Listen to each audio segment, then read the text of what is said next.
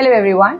So coming to the next series, जहाँ तक हम लोग लास्ट टर्म तक बात कर रहे थे, we have talked about all the important concepts, जिसमें हमने सबसे पहले पढ़ा था कि what are the hormone regulation at the time of puberty both in male and female, and second one is the basically हमने पढ़ा कि स्पर्मेटोजेनेसिस किस तरीके से होती है और oogenesis किस तरीके से होती है। ऑलराइट, थर्ड हमने जो बड़ा टॉपिक पढ़ा था वो पढ़ा था मेंस्ट्रुअल साइकिल का। राइट, तो हम इतने टॉपिक्स पढ़ चुके हैं। Now coming to the facts, अब कुछ टॉपिक्स जो इसमें से थोड़े इंपॉर्टेंट हैं, उन सारे टॉपिक्स के बाद आपको पढ़ना है, yet it is very conceptual, जो आपको समझ में आना चाहिए। Will discuss about that. Fine, तो सबसे पहले आज हम लोग पढ़ेंगे मेमोरी ग्लैंड्स के बारे में। And we know mammary glands basically it's a hallmark for which you called as mammals, है ना। मैमल्स हम क्यों बनाते हैं कैटेगरी, क्योंकि मैमल्स हम उन्हीं जानवरों को बोलते हैं जिनमें मेमोरी ग्लैंड्स होती हैं। ऑलराइट, अब एक क्वेश्चन तो ये है, चलिए हम पहले क्वेश्चंस को देखते हैं। मेमोरी ग्लैंड मेल्स में भी होती है और फीमेल्स में भी होती है, एम आई राइट और रॉन्ग? तो बहुत बच्चे डिफर करेंगे मेरे इस थॉट से, वो बोलेंगे मैम ये तो गलत बात है, मेल्स में कोई मेमोरी ग्लैंड नहीं होती है, उनमें कोई ब्रेस्ट टिश्यू नहीं होता है। तो आपको ये समझना पड़ेगा कि जो मेमोरी ग्लैंड है basically it is a simple exocrine gland. ये एक एक्सोक्राइन ग्लैंड है। एक्सोक्राइन ग्लैंड का मतलब हुआ कि आपका मिल्क का सिक्रीशन बनाता है, ठीक है। दूसरी चीज आपको ये समझनी है कि ये ग्लैंड दोनों में होता है, weather it is male whether it is female, दोनों में ये ग्लैंड प्रेजेंट होगी। द ओनली डिफरेंस इज कि फीमेल में ये ग्लैंड फंक्शनल होती है जबकि मेल में ये ग्लैंड फंक्शनल नहीं होती है। ये फीमेल में जो ग्लैंड फंक्शनल होती है इसका बेसिक रीजन होता है estrogen hormone. Estrogen is the hormone which is responsible for making the mammary glands functional. Alright, so mammary glands में जो breast tissue develop करता है जिससे कि आगे चल के milk का formation होता है at the time of lactation, that is due to basically estrogen hormone. Alright, prolactin उसमें milk बनाने का काम करता है जबकि estrogen जो है वो breast को engorge कराना यानी breast के development में काम करता है। Fine, अब ये क्वेश्चंस जो है आपको स्ट्रक्चर वाइज मैं पढ़ाऊंगी ताकि आपको समझ में आए। तो सबसे पहली बात, एक एम्स में क्वेश्चन आता है कि मेमोरी ग्लैंड्स कौन सी मसल पे रेस्ट करते हैं। तो यू शुड पे अटेंशन कि यहाँ पे एक मसल लिखी हुई है which is your pectoralis muscle, है ना। देखो बेटा, पेक्टोरालिस ना इस तरीके की फैन शेप्ड मसल होती है जिसपे इस तरीके से आपका ब्रेस्ट टिश्यू रेस्ट कर रहा होता है। तो ये जो पेक्टोरालिस मसल है इसके दो पार्ट्स होते हैं, एक होता है माइनर एक होता है मेजर, ठीक है। तो दोनों ही मसल्स आपके काम आते हैं ब्रेस्ट टिश्यू को रेस्ट कराने के लिए या उसका फ्लोर बनाने के लिए, व्हाट यू कॉल। उसके नीचे होते हैं रिब्स, जैसे सब में चाहे मेल हो चाहे फीमेल हो, लंग्स, रिब्स, हार्ट, ये तो होगा ना थोड़ा सा कैविटी में, तो दिस इज बेसिक रिब्स, ठीक है। उसके बाद अगर आप बात करें तो ये आपका ब्रेस्ट टिश्यू है। अब हम ब्रेस्ट टिश्यू की बात करते हैं तो most important thing is it is composed of fat. जैसे मैंने आपको पहले भी लेक्चर्स में पढ़ाया है कि अब फीमेल का जो फेमिनाइन कैरेक्टर होता है वो ईस्ट्रोजन हार्मोन की वजह से होता है। एक फीमेल की तरह दिखती क्यों है? क्योंकि उसमें ईस्ट्रोजन हार्मोन है, that is responsible for making the endometrium and also responsible for making the breast tissue, जो कि फीमेल्स में प्यूबर्टी के टाइम पे डेवलप कर जाता है, मेल्स में डेवलप नहीं करता है। Now a very very important question, एक वर्ड आप लोगों ने सुना होगा जिसको बोलते हैं गायनेकोमेस्टिया। गायनेकोमेस्टिया, गायनेकोमेस्टिया क्या है बेसिकली? गायनेकोमेस्टिया है जब मेल्स में ब्रेस्ट बढ़ने लग जाए फीमेल्स की तरह, है ना। और ये कॉमनली आपको कहाँ देखने को मिलता है? तो it is seen in Klinefelter syndrome. जो क्लाइनेफिल्टर सिंड्रोम है उसमें ज्यादातर लोगों के वो जो मेल्स होते हैं उनमें गायनेकोमेस्टिया मिलता है, यानी मेल्स होने के बावजूद उनका ब्रेस्ट टिश्यू जो है वो इंगॉर्ज हो जाता है as like females. Alright, so this is very very important question जो आपको याद रखना है। फाइन, अब हम लोग बात करते हैं। तो इसमें आप लोग को ध्यान देने वाली बात क्या है कि एक सबसे पहले आपका बेसिक क्या है कि पेक्टोरालिस मेजर पे आपका ब्रेस्ट टिश्यू रेस्ट करता है। दूसरा, उसके नीचे आपके रिब्स और नॉर्मल रिब केज वगैरह, थोरैसिक डक्ट या आप कह लो बेसिकली पूरे लंग्स का सिस्टम होता है। ऑलराइट, यहाँ पे आपका फैट टिश्यू होता है जिससे आपका पूरा ब्रेस्ट टिश्यू बना है। अब आप बहुत ध्यान से देखिएगा, तो दिस बेसिक यूनिट, इसको एक यूनिट को बोलते हैं हम लोग मेमोरी एल्वियोलस, ठीक है। एक जो आप छोटा सा ये वाला यूनिट देख रहे हो जिसमें मिल्क का एक्चुअल फॉर्मेशन होता है, मेमोरी ग्लैंड का वो बेसिक यूनिट जिसमें मिल्क बनता है, that is memory alveolus. Alright, बहुत सारे 15 से 20 मेमोरी एल्वियोलस, जब बहुत सारे एल्वियोलस मिलते हैं तो एक लोब बनता है जिसको आप बोलते हो मेमोरी लोब, ठीक है। और एक ब्रेस्ट मतलब एक साइड के ब्रेस्ट टिश्यू में आपके टोटल 15 to 20 मेमोरी लोब्स होते हैं। ऑलराइट, तो मैं आपको यहाँ पे क्या समझाना चाह रही हूँ कि बहुत सारे मेमोरी एल्वियोलस मिलके एक लोब बनाते हैं, 15 से लोब 20 होते हैं जो कि मिल्क के एक पूरा क्या बनाते हैं? आपका ब्रेस्ट टिश्यू। ऑलराइट, अब यहाँ मेमोरी एल्वियोलस में मिल्क बन रहा है, और ये मिल्क जब सिक्रीट होता है तो किसके थ्रू होता है, मेमोरी डक्ट्स के थ्रू बाहर आता है, मेमोरी डक्ट्स के थ्रू ये यहाँ पे सिक्रीट होता है। सो दिस डायलेटेड पोर्शन जहाँ पे मिल्क थोड़ी देर के लिए कलेक्ट होता है, भाई इधर पूरा एल्वियोलस है, इसमें मिल्क बन रहा है। ऐसे देखिए, आप बहुत ध्यान से यहाँ समझिए, जैसे कि ब्रांचिंग ट्री पैटर्न होता है ना, कि यहाँ पे बहुत सारे एल्वियोलस हैं, 1 एल्वियोलस, 2 एल्वियोलस, 3 एल्वियोलस, 4 एल्वियोलस, ये सारे एल्वियोलस मिलके बनाते हैं एक मेमोरी लोब। ठीक है, ऐसे 15 से 20 मेमोरी लोब एक साइड के ब्रेस्ट टिश्यू में होते हैं। Now these ducts will collectively open at once, ये सारे के सारे मेमोरी एल्वियोलस कलेक्टिवली अपने अपने डक्ट बना के एक डायलेटेड रीजन यानी एक चौड़ी जगह पर अपना सिक्रीशन देते हैं, which is called ampulla. So ampulla is nothing, ampulla का बेसिक मतलब होता है बायो में डायलेटेशन। तो जैसे आप पैनक्रियाज में भी पढ़ते हो एम्प्यूला ऑफ वेटर, तो वो भी क्या है, डायलेटेड ट्रैक्ट। उसी तरीके से ब्रेस्ट में भी क्या है, एम्प्यूला है, यानी डायलेटेड ट्रैक्ट है। और फाइनली वहां से फिर आपका आ जाता है लेक्टिफेरस डक्ट्स के थ्रू निप्पल पे। तो ये आपका सीक्वेंस पूछा जाता है कि what is the sequence for passage of milk जो कि मदर में फॉर्म हुआ है at the time of lactation, है ना, प्रेगनेंसी के बाद लैक्टेशन फेज में। इट इज मेमोरी एल्वियोलस में बना, फिर वहां से वो रिलीज हुआ आपका मेमोरी डक्ट में, मेमोरी डक्ट से फिर एम्प्यूला में, एंड फाइनली लेक्टिफेरस डक्ट्स के थ्रू निप्पल के थ्रू वो बेबी सक कर लेता है। Alright, so this is all important points that you need to know, and this is all about your breast tissues, है ना। एक इंपॉर्टेंट क्वेश्चन जो आउट ऑफ एनसीईआरटी है, दैट इज गायनेकोमेस्टिया, जिसका मतलब है कि एबनॉर्मल जब ब्रेस्ट टिश्यू मेल्स में डेवलप होने लग जाए, है ना, तो that is basically seen in Klinefelter syndrome. क्लाइनेफेल्टर्स में ये चीज बहुत क्लासिकली मिलती है, तो ये आपके लिए बहुत इंपॉर्टेंट और नया क्वेश्चन बन जाता है। कमिंग टू द नेक्स्ट, अब हम लोग जो इस टॉपिक में बात करने वाले हैं, we will talk about fertilisation and implantation. देखिए, फर्टिलाइजेशन एंड इम्प्लांटेशन में बहुत सारी चीजें लिखी हुई हैं, और अलग से एक सब्जेक्ट होता है अगर आप मेडिकल कॉलेज जब जाएंगे फर्स्ट ईयर में, that is called embryology, which is a part of anatomy. तो वहां आपको बहुत डिटेल में पढ़ना है कि फर्टिलाइजेशन किस तरीके से होता है, किस डे पे एम्ब्रियो कहाँ पहुंचता है या जाइगोट कहाँ पहुंचता है, क्लीवेज क्या होता है, और you have to study in detail each and every line. But at this point of time what is important and must know high yield facts is कि आपको कुछ बेसिक चीजें पता हो अबाउट इट। तो जैसे हम लोग कंसिडर करते हैं, लेट्स फॉर एन एग्जांपल, कि मान लीजिए अभी अभी फीमेल को ओव्यूलेशन हुआ है और सेम टाइम पे स्पर्म की अवेलेबिलिटी है, they are youngly married couples and they are planning for baby, so there is availability of sperm at the time of ovulation. तो what will happen, there will be fertilization. अच्छा, एक question जो बहुत classically AR में पूछा जाता है कि every sexual act do not lead to pregnancy. Why? Because it's not necessary कि at the same time, मतलब simultaneous sperm और ovum एक जगह पर मिल पाए, that is एम्प्यूलो-इस्थेमिक जंक्शन, जो मैंने आपको लास्ट लेक्चर में भी बताया था कि वहां पे फर्टिलाइजेशन होता है। तो ampullo isthmic junction is the location जहां पे स्पर्म ओवम को फर्टिलाइज करता है। तो for fertilization and pregnancy to take place, it is very very important that both the sperm and the ovum are meeting at ampullo isthmic junction at the same time, जिसकी probability बहुत कम होती है। So the AR is कि if a young couple is planning for a baby, so a single time of that intercourse is enough for planning that, it's not possible. All right, ये AIIMS में the year when I gave the paper, this was the AR that I have faced, और इसका NCERT में अगर आप देखें तो fertilisation and implantation वाले टॉपिक में क्लियरली ये चीज मेंशन कर रखी है कि every act cannot lead to fertilization, it's a sure short thing that you need to know. Fine, तो ये एक AR आपसे बहुत ज्यादा पूछा जाता है and it is highlighted in your NCERTs as well. Fine, अब आते हैं कि मान लीजिए कि फर्टिलाइजेशन हो गया, सेम टाइम पे आपका sperm and ovum are there in the ampulla and isthmic region and they are fused to form fertilized egg. Now at day 1 पहला क्लीवेज होगा। अच्छा, इस डिवीजन को हम लोग स्पेशल नाम क्लीवेज क्यों देते हैं?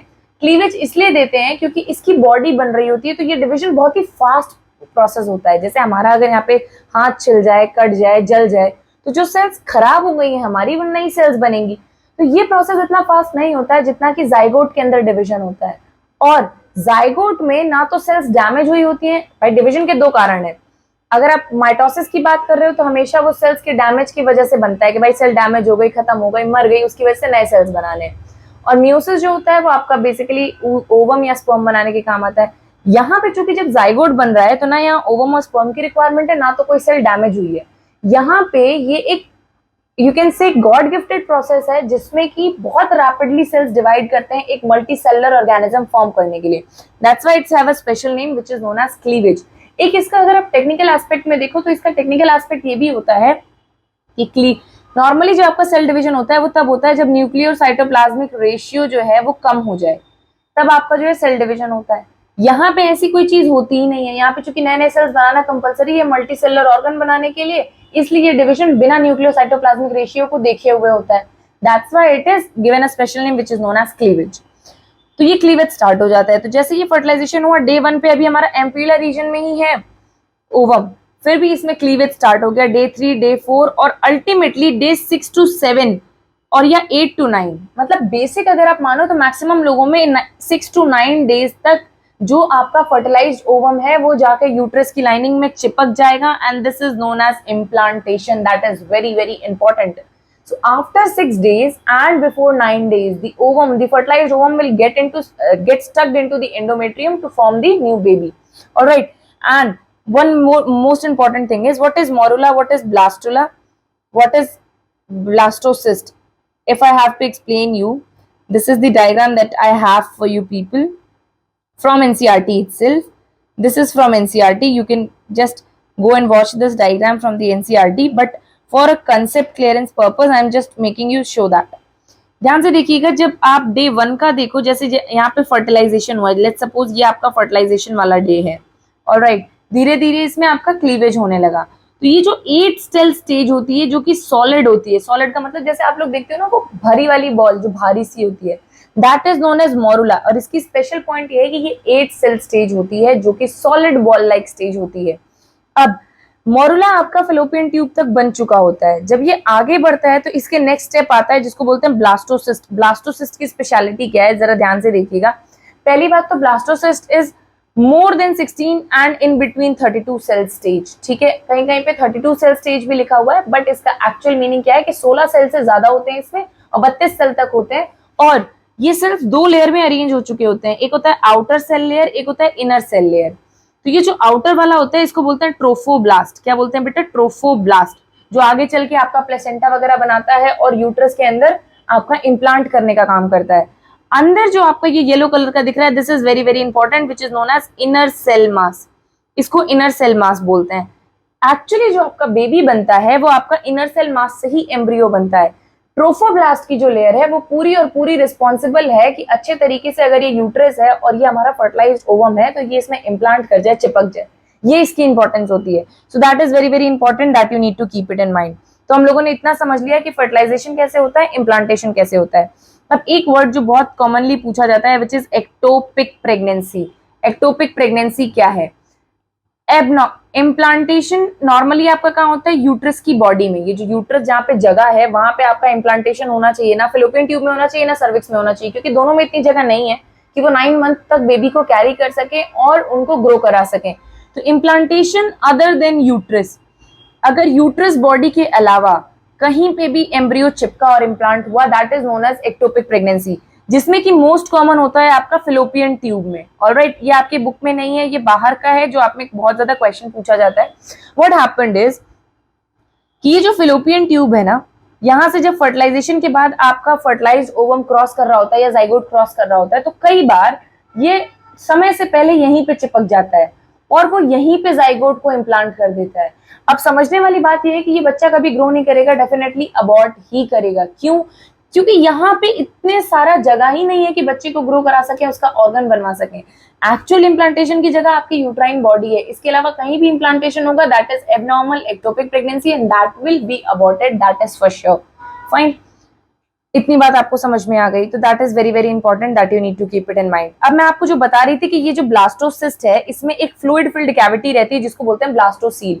और ये जो इनर सेल मास जो आप देख रहे हो, जैसे मैंने आपको ऊपर भी बताया कि ये आगे चल के आपका पूरा एम्ब्रियो बनाता है, तो जो बच्चा बनता है जिसमें उसके ऑर्गन्स और बाकी सारी चीजें बनती है वो इनर सेल मास से बनती है। इसका मतलब आपने एक चीज पढ़ी होगी, स्टेम सेल।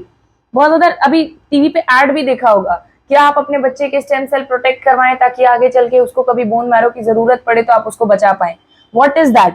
ये जो इनर सेल मास है ये अभी डिफरेंशिएटेड नहीं है, ठीक है। ये बस एक मास का गुच्छा है सेल्स के, जो आगे चल के डिफरेंशिएट होगा कि कौन सी सेल इसका हार्ट बनाएगी, कौन सी सेल इसके बोन्स बनाएगी, कौन सी सेल्स इसके किडनी बनाएगी। तो इन्हीं को आप बोलते हो स्टेम सेल, क्योंकि ये ऐसी सेल्स हैं जो आगे चल के कोई भी ऑर्गन बना सकती हैं बिल्कुल फ्रेशली।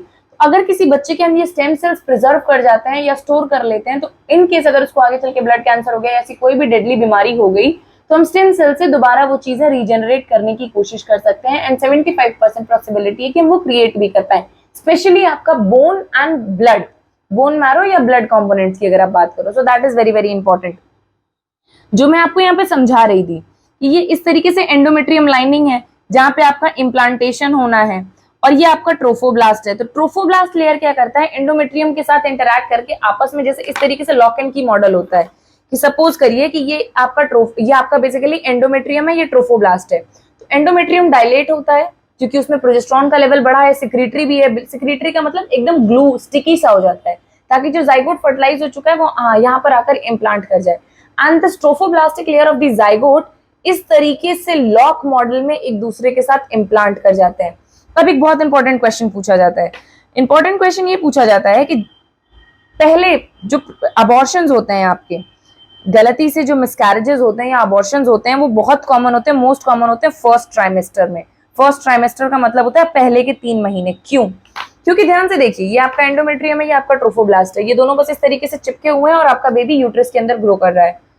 ये कोई स्ट्रॉन्ग कनेक्शन तो है नहीं, तो अगर आप गिर गए या कुछ ऐसा मेजर ट्रॉमा हुआ तो ये कनेक्शन टूट जाते हैं तो बेबी अबॉर्ट कर जाता है। फाइन। 3 महीने के बाद क्या होता है, इसके बाद प्लेसेंटा बन जाता है। प्लेसेंटा वो जो कॉर्ड आप देखते हो ना कि बच्चे और माँ, मतलब बच्चे की नाभि और माँ के अंदर से कॉर्ड निकलता है, उसके आगे एक छोटा सा मांस रहता है, दैट इज प्लेसेंटा। तो वो एक स्ट्रॉन्ग कनेक्शन है कि इस तरीके से माँ और बच्चे को चिपकाए रहता है। बट जब तक वो नहीं बनता है तब तक चूंकि ये चीजें बहुत कॉमन होती हैं। Alright, so this is very very important that you need to keep it in mind. अब देखिए मैं आपको समझाती हूँ कि प्लेसेंटा आगे चल के किस तरीके से बनेगा। ये बेबी डेवलप कर रहा है, ठीक है, और ये इसकी कॉर्ड डेवलप कर रही है जो कि डेवलपिंग प्लेसेंटा का साइन है।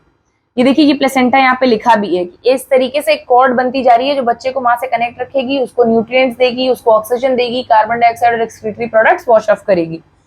ये जो छोटे छोटे आपको ट्री लाइक स्ट्रक्चर्स दिख रहे हैं, विलाई, विलाई बने क्यों है, क्योंकि भाई बच्चे को ना माँ से न्यूट्रिशन चाहिए, तो बच्चे को अपना ब्लड इस तरीके से खोल के रखना पड़ेगा और माँ को भी, ताकि माँ का न्यूट्रिशन बच्चे का ब्लड अब्सॉर्ब कर पाए। तो ये विलाई बेसिकली अब्सॉर्प्शन पर्पस के लिए होते हैं, चाहे जहां हो, स्मॉल इंटेस्टाइन में तो ठीक, वरना प्लेसेंटा में तो ठीक। Alright, so this is all you need to no.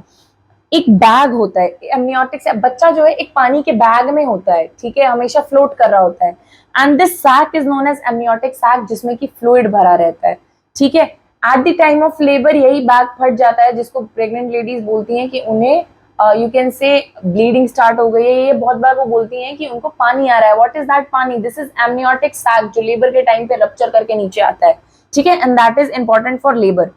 Korean क्या है? बच्चे का एक टिश्यू है जो प्लेसेंटा से अटैच कर रहा है। अब ये इंपॉर्टेंट क्यों है? क्योंकि एक टेस्ट आप पढ़ोगे अमीनोसेंटेसिस। अमीनोसेंटेसिस में हम लोग क्या करते थे, नीडल डाल के इस एमनियोटिक फ्लूइड को थोड़ा सा निकाल लेते थे, जिससे कि पैदा होने वाले बच्चे में जो जेनेटिक एबनॉर्मलिटीज हैं वो हम पहले से डिटेक्ट कर पाए।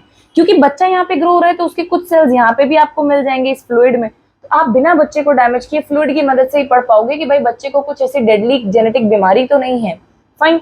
लेकिन बहुत लोगों ने इसका सेक्स डिटर्मिनेशन के लिए यूज किया, गलत यूज किया, कि वो जेंडर देख के बता देते थे कि whether it is male whether it is female, so they are going for you can say female feticide, है ना, जिसको भ्रूण हत्या कहते हैं। तो इसलिए कि अमीनोसेंटेसिस पे बैन लग गया है, and that is a very very important question कि अमीनोसेंटेसिस में कौन से फ्लूइड पे स्टडी करते हैं। तो दिस इज दिस अमनियोटिक फ्लूइड, जिसको हम लोग निकाल के उस पर जेनेटिक स्टडीज करते हैं, ठीक है। Okay, so this is all about your fertilisation and implantation. और ये एक एनसीईआरटी का पेज मैंने जानबूझ के आपके सामने रखा है ताकि इसके जो मस्ट नोन फैक्ट्स हैं वो मैं आपको पॉइंट टू पॉइंट दे पाऊं। देखिए, पहली बात तो यहाँ पे जो वर्ड लिखा हुआ है gestation, what do you mean by gestation? Gestation का मतलब होता है द टाइम पीरियड जब से इम्प्लांटेशन हुआ और जब तक बच्चा अपनी मदर के अंदर रहेगा, that time frame is called gestation. Largest gestation period elephants में होता है अप्रोक्सीमेटली 2 साल का, उनके बच्चे अपने माँ के अंदर रहते हैं। ह्यूमंस में ये 9 महीने का होता है।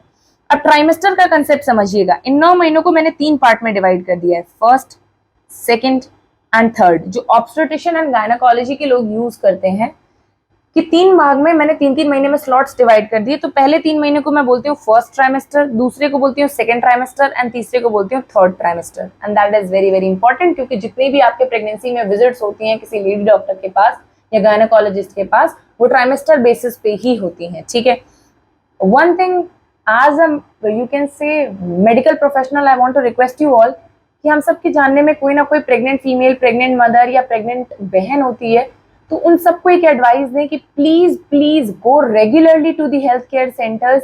वहां पर जाकर अपना जांच अवश्य कराएं। एएनसी विजिट नाम से बहुत सारी चीजें चलती हैं गवर्नमेंट की स्कीम में, जिसमें आपका बिल्कुल पैसा नहीं लगेगा, और एक्स्ट्रा जो आपके मल्टीविटामिन एंड ऑल मिलते हैं वो गवर्नमेंट की तरफ से आपको मिलते हैं, ताकि आपकी प्रेगनेंसी को वो हेल्दी बना सके और बच्चे को जो वो पैदा हो रहा है उसको कमजोरी, बहुत कम बर्थ वेट और निमोनिया जैसे सीवियर इन्फेक्शन से बचा सके। So it's very very important कि at the time of pregnancy, जब से आपको पता चल गया कि you are pregnant, go to the nearest government setups and government hospitals. सारी चीजें वहां आपके लिए मुफ्त हैं। वहां जाकर अपने आप को डॉक्टर्स के संपर्क में जरूर रखें, ताकि आगे चल के आपके प्रेगनेंसी में कोई कॉम्प्लिकेशन ना आए। Now coming to the facts, अब हम फैक्ट्स की बात करते हैं। देखिए, जो आपको पहली चीज याद रखनी है कि एज अ डॉक्टर, मान लीजिए एक प्रेग्नेंट लेडी है, उसका आपका साइकिल्स मिस हो गए, उसको पता नहीं है कि वो प्रेग्नेंट है कि नहीं है। आपको कैसे पता चलेगा कि वो प्रेग्नेंट है कि नहीं? तो पहली बात तो आप उसका यूरिन प्रेगनेंसी टेस्ट करा सकते हैं। मान लीजिए किट वहां पे अवेलेबल नहीं है। सेकंड, आप उसका अल्ट्रासाउंड करवा सकते हैं, क्योंकि यूट्रस में अगर कोई चीज डेवलप कर रही है तो वो दिख जाएगी अल्ट्रासाउंड, जो कि गोल्ड स्टैंडर्ड होता है। अगर आपके पास वो भी नहीं है, आप बस एक ऐसे सेटअप में जहाँ पे कुछ भी नहीं है, तो what you can do is कि first sign of developing fetus is your heart beat. Fetus का हार्ट जो है वो 1 महीने के अंदर बन जाता है, और हमारी लाइफ में जब हम लोग भी फीटस रहे होंगे तो हमारे 1 महीने की एज से ही हमारा हार्ट बीट कर रहा है, जब तक हम लोग मर नहीं जाएंगे। सो यू कैन सी कि हार्ट कितना, यू कैन से हार्ड वर्किंग ऑर्गन है, कि वो फर्स्ट मंथ ऑफ लाइफ से लेके टिल दी डेथ बीट करता रहता है with a continuous rhythm. Alright, so the first sign of any developing foetus in a mother is the heart beat. You can actually hear it if you place the stethoscope on the pelvic region of a female. Fine. Second month की क्या importance है? Second month की importance ये है कि foetus जो है उसके लिम्स और डिजिट्स बन जाते हैं। लिम्स और डिजिट्स का मतलब होता है, लिम्स का मतलब होता है हाथ, और डिजिट्स का मतलब होता है ये आगे के ये उंगलियां जो है, चाहे वो हाथ की हो चाहे वो पैर की हो, दोनों उंगलियां बन जाती हैं। फाइन। तो ये बहुत इंपॉर्टेंट है कि सेकेंड मंथ के एंड तक आपका क्या हो जाता है, बेसिकली लिम्स यानी हाथ पैर डेवलप हो जाते हैं। अब इस टाइम पे मैं आपको एक चीज बताऊं, कई बार आपने देखा होगा कि कुछ लोगों के ना 5 के बजाय 6 उंगली होती है। तो व्हाट हैपेंड इज कि उनकी मदर जब प्रेग्नेंट होंगी तो उनके सेकेंड ट्राइमेस्टर में उनको या तो कोई इन्फेक्शन हुआ जिसका उन्होंने ट्रीटमेंट नहीं करवाया, या तो उन्होंने हद से ज्यादा फालतू की एंटीबायोटिक्स खुद ही बिना जाने खा ली। कई बार बहुत सारी दवाएं प्रेगनेंसी के लिए कॉन्ट्राइंडिकेटेड होती हैं, जो प्रेगनेंसी में आपको बिल्कुल नहीं खानी है। क्यों? क्योंकि वो बच्चे को अंदर जाके डैमेज करती हैं। और कई दवाएं बच्चे को डैमेज नहीं करती, बट उसका जो ऑर्गेनोजेनेसिस हो रहा होता है, मतलब जो ऑर्गन्स बन रहे होते हैं या जो आपके लिम्स वगैरह बन रहे होते हैं, उनको अफेक्ट कर देती है, तो वो नॉर्मल से हट के एबनॉर्मल बनने लगते हैं। सो इट्स वेरी वेरी इंपॉर्टेंट कि प्लीज पे अटेंशन कि pregnancy is a serious medical issue and an issue of your emotional being. So always try to keep in touch with the nearest doctor available, either in private sectors or hospital in government sectors, whatever is available and suitable for you. Fine. Now हम लोग बात करते हैं कि पहले trimester में, देखिए 3 महीने का मतलब होता है 12 वीक, ठीक है। उसमें सारे के सारे मेजर ऑर्गन्स बन चुके होते हैं, ठीक है। जितने भी मेजर ऑर्गन्स है like heart, kidney, liver, spleen, सब कुछ बन चुका होता है। तो ये पहले के 3 महीने बहुत इंपॉर्टेंट होते हैं, ख्याल रखना प्रेग्नेंट फीमेल्स का। क्यों? क्योंकि पहली बात तो अभी प्लेसेंटा नहीं बना है, तो अबॉर्शन के चांसेस बहुत ज्यादा हैं। दूसरी बात, उसी टाइम पे बच्चे के मेजर ऑर्गन्स बन रहे होते हैं, ठीक है। तो इसीलिए आपका क्या हो रहा होता है कि उस टाइम पे अगर आप कुछ भी गलत खा लें या कुछ भी गलत कर लें तो अबॉर्शन के चांसेस बहुत ज्यादा बढ़ जाएंगे। फाइन।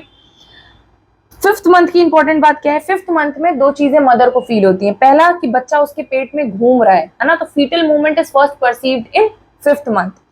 दूसरा, बच्चे के सर पे बाल आ जाते हैं, वो भी मदर को जब फीटस घूमता है तो फील होता है। So that's a very very important point. Now after pregnancy आपका क्या हो जाता है, बेसिकली पार्चुरेशन। पार्चुरेशन का मतलब होता है कि अब बेबी को बाहर निकालना है, डिलीवरी का प्रोसेस है। तो पहली बात आपको ये समझनी है कि पार्चुरेशन खुद में एक कॉम्प्लेक्स प्रोसेस है। कैसे एक कॉम्प्लेक्स प्रोसेस है? मान लीजिए ये यूट्राइन कैविटी है जिसमें कि आपका बेबी है, तो जब इसके 9 मंथ्स कंप्लीट हो जाते हैं तो ये किक करता है यूट्राइन वॉल को। तो इसके किक से क्या होता है ना, स्टिमुलस मिलता है यूट्राइन वॉल को कि ओ बच्चा अब डेवलप कर चुका है एप्रोप्रिएट एज का, and now it needs to be evacuated out, मतलब इसको डिलीवर करवाना है। व्हाट हैपेंड इज कि ये दिमाग को सिग्नल देता है, ठीक है। तो जब ब्रेन को सिग्नल जाता है तो वहां से मदर की जो बॉडी होती है वो रिलीज करती है ऑक्सीटोसिन इसके रिस्पॉन्स में, ऑक्सीटोसिन हार्मोन। ऑक्सीटोसिन वही हार्मोन है जो यूट्रस को कॉन्ट्रैक्ट करवाता है, और इसको आप लोग डिलीवरी हार्मोन भी बोलते हो, ठीक है। तो ये ऑक्सीटोसिन जब आता है यूट्रस पे तो क्या करता है, यूट्रस का कॉन्ट्रैक्शन करवाता है। कॉन्ट्रैक्शन करवाता है मतलब यूट्रस इस तरीके से कॉन्ट्रैक्ट करता है। जब कॉन्ट्रैक्ट करता है तो डेफिनेट सी बात है बच्चा और किक करेगा, तो जितना ज्यादा किक करेगा उतना ज्यादा स्टिमुलस, उतना ज्यादा ब्रेन से ऑक्सीटोसिन रिलीज होगा और फाइनली मदर को लेबर इंड्यूस हो जाता है और फाइनली वो डिलीवरी होती है। तो ये जो आपका इसको हम लोग बोलते हैं फीटल इजेक्शन रिफ्लेक्स, कि फीटस खुद बता रहा है कि अब मैं तैयार हो चुका हूं, please kick me out, I don't want to stay inside the uterus and I want to stay outside. वो बेवकूफ है ना, उसको पता नहीं है कि बाहर की दुनिया ज्यादा मेहनत करवाती है, ज्यादा दिमाग खराब है, अंदर मस्त आराम से पानी में घूमते रहता है। तो होता है ना, छोटे छोटे बच्चों को नया नया शौक होता है। ऑलराइट, सो जोक्स अपार्ट, ये आपका फीटल इजेक्शन रिफ्लेक्स है जो दोनों एंड से काम करता है, फीटस के एंड से भी काम करता है, मदर के एंड से भी काम करता है। फीटस किक कर रहा है और मदर ऑक्सीटोसिन रिलीज कर रही है। After that we have lactation. Lactation का मतलब है कि प्रेगनेंसी के बाद जो आपका मिल्क प्रोडक्शन हुआ है ड्यूरिंग द प्रेगनेंसी फेज, वो फीटस को पिलाने के लिए। इसमें सबसे इंपॉर्टेंट क्वेश्चन आपका क्या आता है, कोलेस्ट्रम पे। What is colostrum? So colostrum is the first mother's milk, है ना, जो पहला पीला दूध निकलता है। क्योंकि ये येलोविश होता है कलर में, इसलिए इसको लोग क्या करते हैं, इन्फेक्टिव सोच के या गंदी चीज सोच के फेंक देते हैं। I request you all, please don't do that. Reason being, जो पहला गाढ़ा पीला दूध निकलता है किसी भी प्रेग्नेंट फीमेल का, वो बहुत इंपॉर्टेंट है उसके डिलीवर्ड बच्चे के लिए इम्यूनिटी प्रोवाइड करने के लिए। क्यों? क्योंकि उसमें IgA एंटीबॉडीज भर भर के होती हैं, उसके साथ उसमें फैट बहुत ज्यादा होता है, प्रोटीन बहुत ज्यादा होता है, जो कि उसके बच्चे के न्यूट्रिशन के लिए बहुत इंपॉर्टेंट है। देखिए, बच्चे में अभी इम्यूनिटी नहीं है क्योंकि वो बाहर अभी बैक्टीरिया के कॉन्टैक्ट में नहीं आया है। मदर में इम्यूनिटी होती है, तो मदर अपनी इम्यूनिटी बच्चे को कैसे ट्रांसफर करती है? कोलेस्ट्रम के थ्रू। So that is very very important कि we always have to keep it in mind कि कोई भी बच्चा जो अभी डिलीवर हुआ है सबसे पहले अपनी मदर के साथ ब्रेस्ट फीडिंग स्टार्ट करे और कोलेस्ट्रम तो जरूर ले, किसी भी तरीके से कोलेस्ट्रम उसका ना छूटे। So this is all about your important topics for this chapter. I hope आपको ये चीजें समझ में आ गई हूँ। If you have any doubt, you can ask in the comment section or in the Telegram group. I'll be happy to answer all your doubts. Telegram group पे हम ज्यादा एक्टिव रहते हैं because जब भी अपना वर्क पोस्टिंग्स और सब कुछ खत्म करके आ रहे हैं on the road, I can see the question and answer is as well. Fine.